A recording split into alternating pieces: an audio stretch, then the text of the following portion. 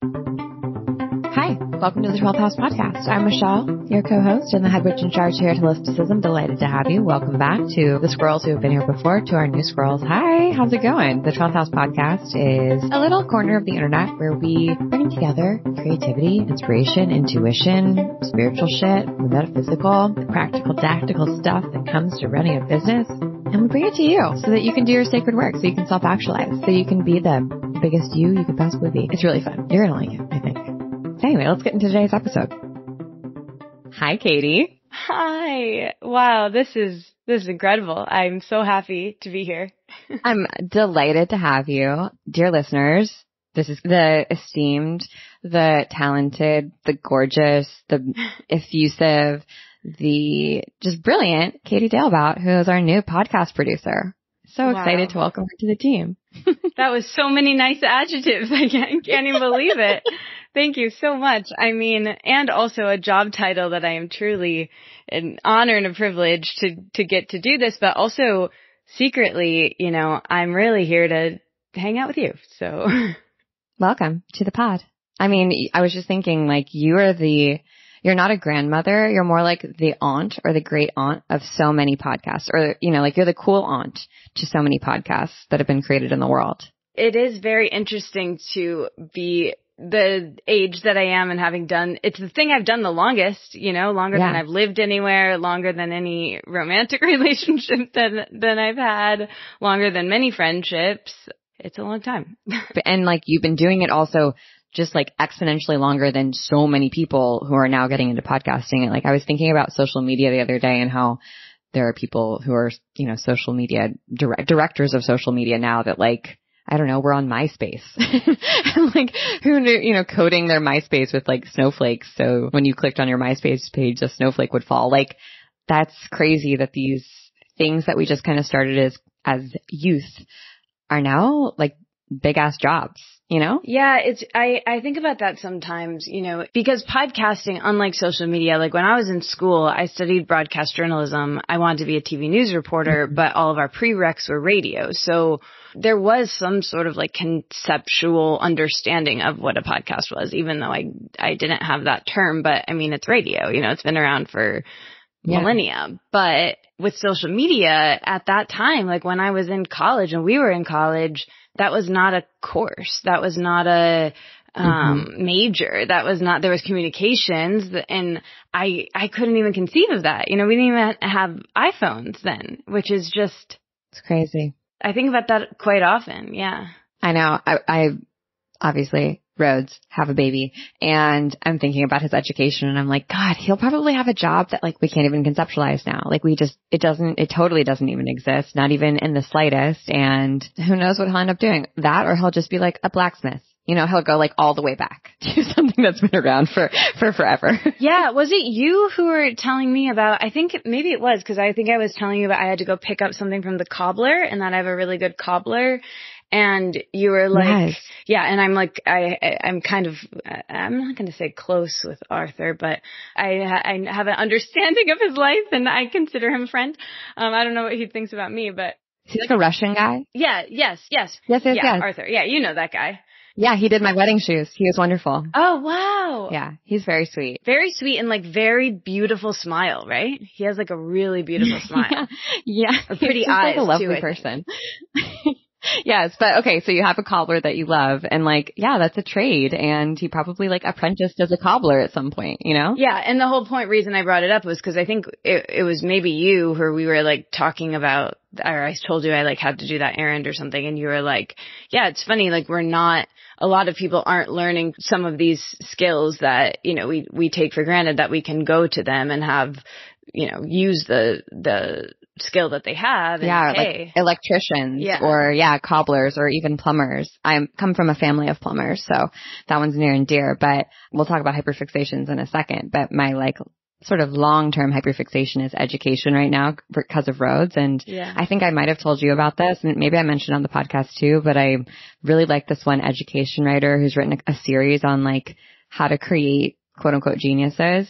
And basically his concept is like, were there so many genius, like why isn't there a Mozart of our generation that we know of, or an Einstein even? And he argues that it's because of the way that we educate children now in sort of like a rote institution where we like make them memorize stuff and then like they don't actually really learn. And so he lays out like how he thinks you should educate like your child. And one of the things he recommends is basically having like a tutor, like a Renaissance tutor, someone who's like a Renaissance person who can teach like math and science, but also like religion and philosophy and like ethics and art, and just having your kid hang out with that person like a couple days a week for a couple hours, and that's like necessary. It's like a true liberal arts education. And the other thing that he recommends is an apprenticeship. So kids don't go and learn like trades anymore. They don't spend time with masters and like really learning in an environment. We're just kind of sort of thrust onto jobs at like 18 or 22, I guess.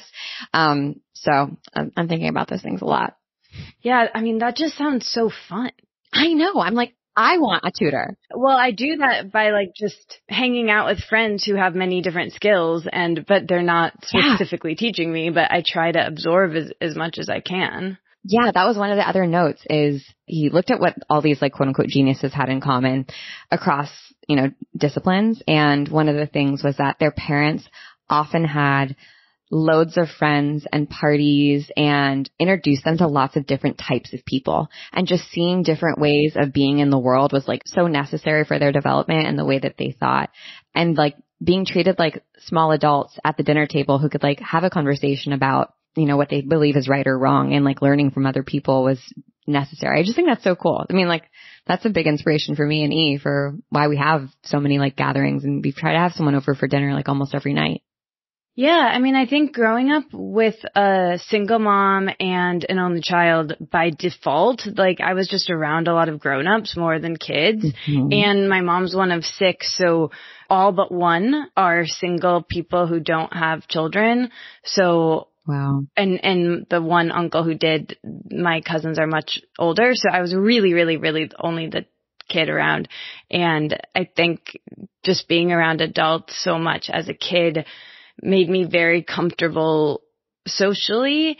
And I'm pretty extroverted, but it's something that I have a lot of friends who are also only children. And it's something that we've spoken about, that we always talk to kids like they're grown-ups, where others of our peers, when they're around their friends' kids, or when they're, they kind of go into more of a play, which is also cool and like another dimension. And like, that's a cool way to do it too. But I think it's kind of funny and interesting to talk to children as if they're adults, and obviously like be appropriate. But, if something goes over their head or they don't understand it, like, cool. They'll like wonder about it and figure it out, or they'll just like not clock it, Yeah. I always appreciated being talked to as an adult when I was a little kid, and I like wanted to sit at the table while my aunts were gossiping, and talking shit on people. I was always like lurking in the background, like trying to hear what they were saying. Yeah, me too. I always like feel that was more interesting to me than playing with other kids. And I think I always felt like I was like a, 9-year-old, 30-year-old. Like, I think I've just grown into my age now. Like, I feel like this is sort of a quite comfortable place for me. And I honestly was like sort of ashamed about that when I was a kid, because I was never really good at sports, or I just didn't, I don't know. I wanted to talk about like hair products or like, what we do now. I wanted to do that when I was like 9, but it was like not it was not cool to do that then where I was. Yeah. I mean, see, that's kind of interesting. Like this idea of an age that your soul is, that you kind of like levitate at forever. Like you're perpetually going to be 30 even when you like, you're not 30 anymore. Yeah. Yeah. And I'm not even 30 now. I just realized. I feel that way. I'm 34 now. And like when I have to like double take where I'm like, am I really 34? I still feel like a teen mom, like none of my friends have kids. Almost none of my friends are even married, like I feel like such a young, I don't know, conservative person who like just got married out of college or something, but I'm 34. Like I'm not that young. Funny. It's so fun. Even like the other day when we were getting coffee and I was already there and I was like, oh, we'll watch Rhodes, and he was sleeping in the stroller and coffee was like right there, and you left, and then I'm holding the stroller and I was just like, and every time I'm pushing the stroller with you, I'm always like, oh yeah, everybody here just like thinks this is my kid. And then we made a joke. Remember that? We made the joke when my friend came up. I was like, oh yeah, I had a baby. Yeah. Yeah. Well, sometimes I'm like, do they think I'm the babysitter? Like, do I even look old enough to have a kid? And like, yes, you do. I'm humbled very quickly where I'm like, yes, I definitely look old enough to have a child, but I don't feel it. That doesn't mean I don't feel prepared. I'm like, I feel younger than I actually am. Age is but a number. Yeah, exactly. Like there's this movie I love, and one of the characters is retiring and he says, I still feel like an 80-year-old, 20-year-old. And I remember talking to my dad about that, and like my dad always talked to me about how young he felt and like acted very young when he wasn't. And I didn't understand that then at all. And now I am like, oh, I think I take after that, or I just understand the feeling of like, I don't feel very different than I did when I was 20. Like I do think it is just a number. And I do think there are these bodily functions that show us that it isn't. And then we also have these society structures that also, show us. But other than that, it's interesting. I feel the good parts of like being whatever, let's say perpetually 29. But then I like go back and look at my journals or something. Like I just had to do this because we just moved. And so I packed everything up and I was like, should I throw my journals away? Am I like throwing away parts of my soul? Like destroying Horcruxes if I do that? Like, is that like destroying a Bible or something? It's like, it's verboten. So I was reading them and I was like, oh my God, mortified. And also immediately transported back to like, truly so much pain and being young, and God, I kind of like forgot about it. It's a little bit like labor. Like you forget how horrible it is. I definitely feel like I've learned and I'm better. I've matured in that way, but I don't feel like old, That's good. That's good. And another movie that's actually by the same director, there's this line where he says, every 5 years, like clockwork, I realize how much of an asshole I was 5 years before. Yeah.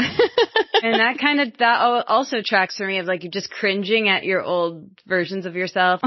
I feel the same way about emails I've written even a year ago. Like when I look back on them, not necessarily that they're like inappropriate or something, but I'm like, I don't know if I would write that this way. Like just, I don't know if that needs to be like that, or that was objectively bad. But I don't know. I think that's also just like part of the creative process.